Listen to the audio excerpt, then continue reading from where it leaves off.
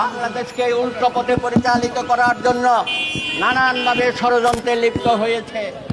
5ই আগস্টে যে সম্ভাবনা, সমস্ত রাজনৈতিক দলগুলোর মধ্যে ঐক্য সৃষ্টি করে আমরা বাংলাদেশে সামনের দিকে এগিয়ে নিয়ে যেতে চাই। এখানে কোনো হানাহানি থাকবে না, হিংসা বিদ্বেষ থাকবে না। কিন্তু আমরা দেখতে পাচ্ছি একটা গোষ্ঠী বাংলাদেশে অস্থিতিশীল পরিস্থিতি সৃষ্টি করার জন্য নানা রকম বিরাজনীতিকরণের জন্য অপচেষ্টা চালিয়ে যাচ্ছে।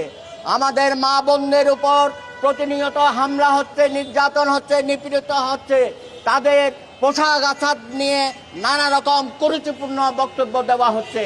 যারা এইসব কর্মকাণ্ড করছে তাদেরকে অনেক ক্ষেত্রে আমরা দেখি রাষ্ট্র সহযোগিতা করছে, অপশক্তি সহযোগিতা করছে, তাদেরকে ফুলের মালা গলায় দিচ্ছে, তাদের কোর্ট থেকে জামিন হয়ে যায়। এই ধরনের অপসংস্কৃতি বাংলাদেশে আবার যদি নতুন করে চালু করা হয়, আগামী দিনে এটার পরিণতি হবে আরো ভয়াবহ। আজকে রাজনৈতিক দলগুলোর উপর হামলা চালানোর জন্য বিদেশে বসে কিছু গোষ্ঠী উস্কানিমূলক বক্তব্য দিচ্ছে। এই বক্তব্যের আমরা তীব্র বিরোধিতা করি। বাংলাদেশে যারা মুক্তিযুদ্ধের পক্ষে ছিল এখনো আছে, যারা 30 লক্ষ শহীদের রক্তদানকে স্বীকার করে, মানুষের আত্মত্যাগকে স্বীকার করে আমরা সকলেই ঐক্যবদ্ধ আছি। মুক্তিযুদ্ধের বাংলাদেশকে আমরা পেছনে ঠেলে দিতে পারি না। এখানে কোনো ধরনের অন্যায়, অবিচার, আবদার এগুলো চলবে না।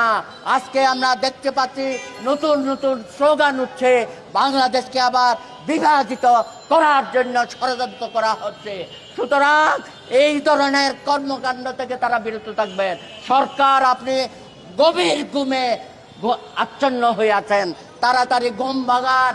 তা না হলে পরিস্থিতি যে অবস্থা হবে আপনি সামাল দিতে পারবেন না। রাজনৈতিক দল, নেতা কর্মীদের নিরাপত্তা দেওয়ার দায়িত্ব আপনাদের। আমরা দেশের সকল মানুষ, সকল রাজনৈতিক দল এই ধরনের অপশক্তির বিরুদ্ধে অতীত ঐক্যবদ্ধ ছিলাম, ভবিষ্যতেও আমরা ঐক্যবদ্ধ আছি। আপনারা সকলেই সজাগ দৃষ্টি রাখবেন যাতে নতুন করে ষড়যন্ত্র করে বাংলাদেশকে আবার মৌলবাদী গোষ্ঠীর দিকে ঠেলে দিতে না পারে। সেই জন্য গণফোরাম সব সময় সজাগ আছে, ভবিষ্যতেও সজাগ থাকবে। ধন্যবাদ।